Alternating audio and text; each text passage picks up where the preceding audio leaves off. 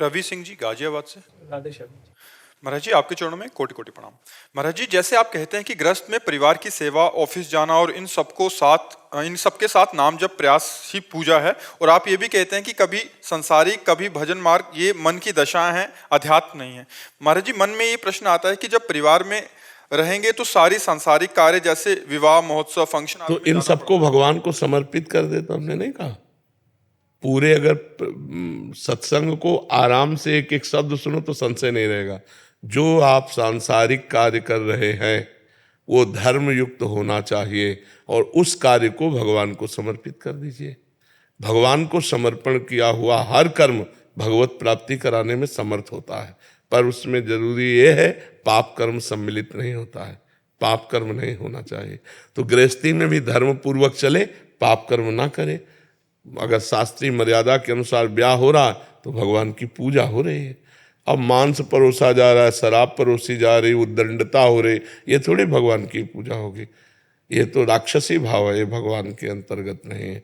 कहीं भी भगवान की पूजा में इनका प्रवेश नहीं, जिन वस्तुओं का वो वस्तुएं नहीं। अब आजकल कौन ब्याह को कैसे भगवान की पूजा माने? ये सब गंदी बातें परोसी जाती हैं। बड़े वीआईपी लोग वही माने जाएंगे जितने क्वालिटी का ये गंदा भोजन परोसा जाए। क्यों? इसे घास फूस कहते हैं लोग। सात्विक भोजन को घास फूस खवाया और वीआईपी चीज तो खवाई नहीं, क्योंकि वीआईपी चीज खा के नरक जाना है। तो इसलिए हमें लगता है कि सही माने में पूजा तभी होगी जब शास्त्र पद्धति के अनुसार हर कार्य हो रहा हो। और ये आप करोगे तो आपको पुराने जमाने का लोग कहेंगे। अब देखो कितनी बढ़िया पद्धति थी हमारे समय में पीछे। जैसे ब्याह हुआ तो सब बारातियों के चरण धोए जाते, पट्टी में गाय के गोबर से लिपी हुई जगह में बढ़िया बैठाला जाता और सब दोना पत्तल उससे परोसा जाता। और फिर भगवान की जय जयकार करके पाओ सब लोग, और फिर खीर ले लीजिए, हलवा ले लीजिए, पूड़ी ले लीजिए।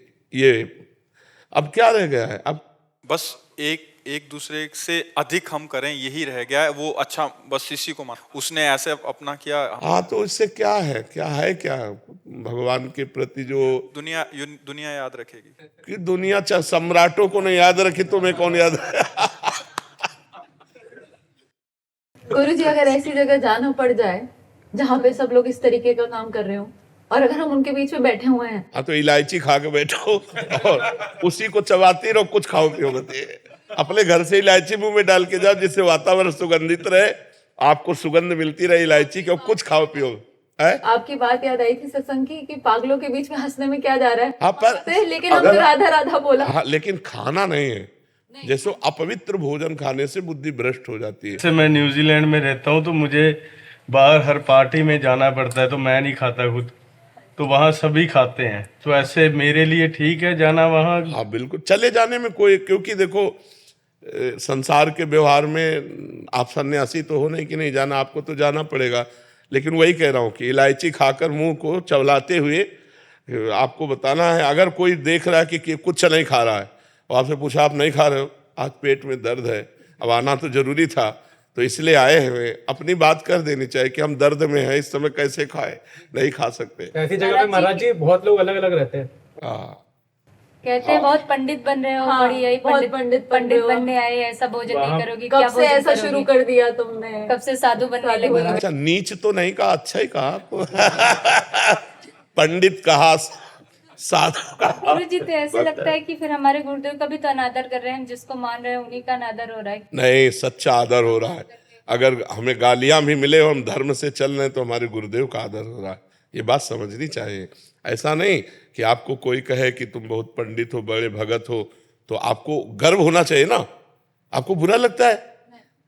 पंडिता समदर्शिला, भगवान पंडित का मतलब होता है ज्ञानी, पंडित का मतलब होता है ज्ञानी, और भगवान का भक्त। कितनी बड़ी पदवी हमें दे दी, ए बड़े भगत हैं देखो, तो आपको गर्व होना चाहिए। हाँ, भगत तो हूँ, भगवान का हूँ। हमें दूसरों की चाल नहीं देखनी और दूसरों की बात नहीं माननी, हमें अपने भजन मार्ग में चलना है। ये सब बहुत निंदनीय है, बहुत निकृष्ट दुर्गति हो जाती है, बुद्धि भ्रष्ट हो जाती है। इसलिए समाज में जाना पड़ेगा। रिश्ते नाते हो सकते हैं, मान लो बेटी का ब्याह वहीं हो जहाँ ऐसे घर वाले हों। अब किसी के माथे में थोड़ी देखा लिखा है कि मांस खाता है, शराब पीता है। बहुत बढ़िया लड़का है, कमा खा रहा है, ब्याह कर दिया और फिर बाद में पता चला कि वो लोग ये सब खाते पीते हैं।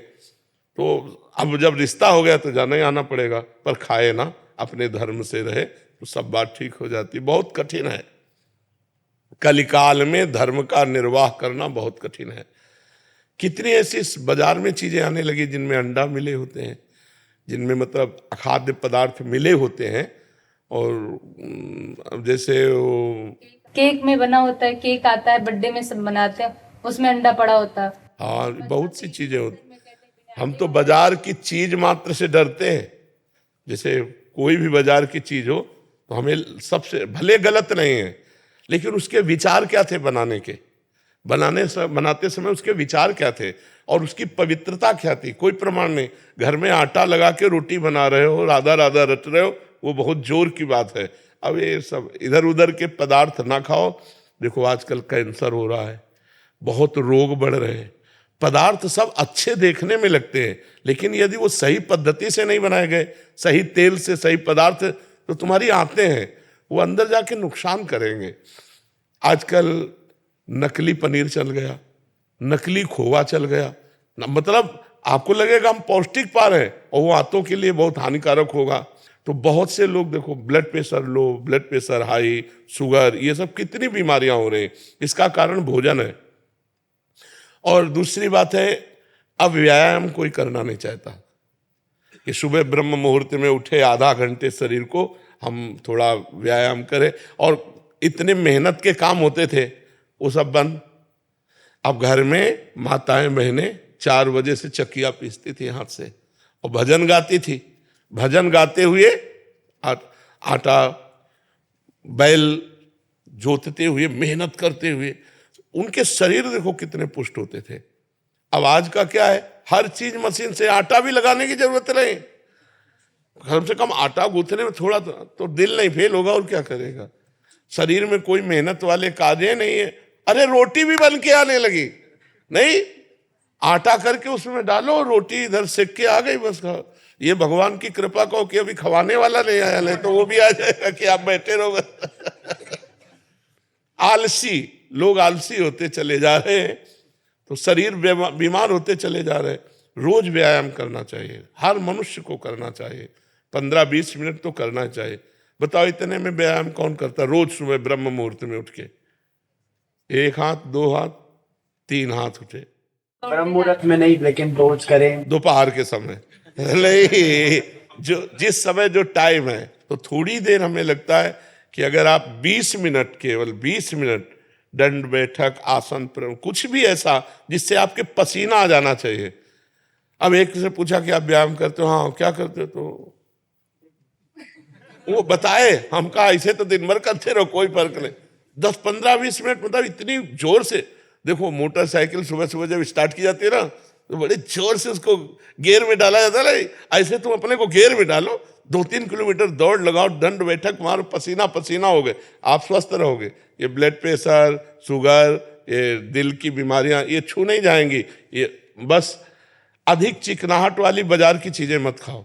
अपने घर का अगर शुद्ध घी है तो ठीक है, नहीं सरसों पिरवा लो, सरसों पिरवा कर शुद्ध तेल की खा लो, लेकिन बाजार की चीजें मत खाओ। इससे स्वास्थ्य की हानि होती है, बुद्धि भ्रष्ट होती है, भजन में मन नहीं लगता है।